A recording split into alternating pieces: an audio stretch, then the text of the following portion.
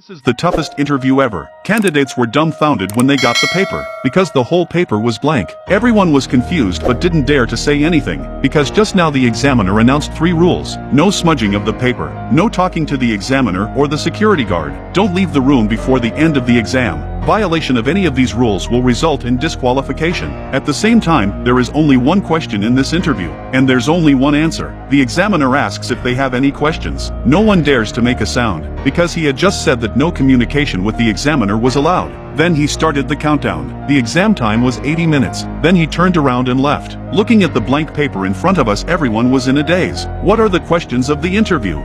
It seems that it's not easy to get this $5 million a year job. At that moment, a brunette woman finally became impatient. She thought the company wanted them to write a career report, but as soon as she started to write, the security guard came over. Then she was kicked out, and she was out of the game, because she had soiled her paper and violated rule number 1. When the others saw this, they put down their pens. They didn't expect writing to be counted as smudging the paper. Just when everyone was at a loss, Alan suddenly laughed. He said that the examiner only said 3 things that are prohibited. That means as long as you don't violate those 3 rules, anything else is allowed, like standing up or walk around freely. Sure enough, the security guards didn't react. The other candidates gradually relaxed. They began to think about why the paper was blank. A woman with long hair thought that maybe they needed to use some kind of special method. The words on the paper would show up. For example, light. The others agreed. For now, they'll just have to try. The first order of business was to find out what the interview questions were. So they started experimenting. They looked at the paper against the light, but they didn't see any changes. Then one of the men suddenly thought, maybe we should use a special kind of light, like an X-ray or something.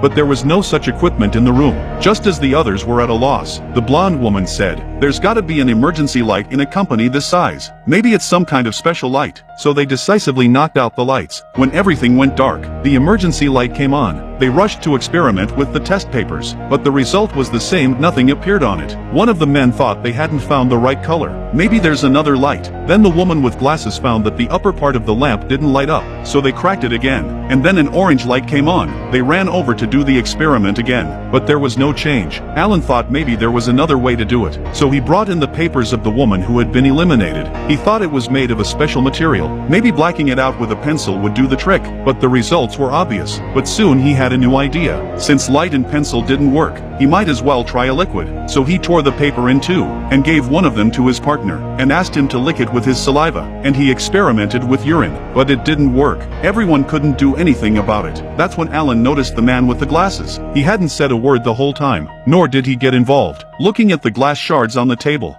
he suddenly said something strange.